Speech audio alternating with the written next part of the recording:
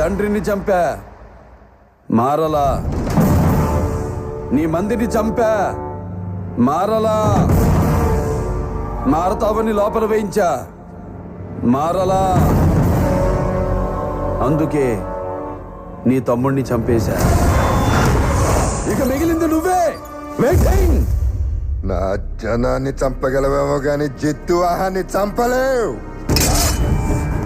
నరికే కొద్దీ నీ కలుపు వస్తుందేమో, నాకు ఊపొస్తుంది.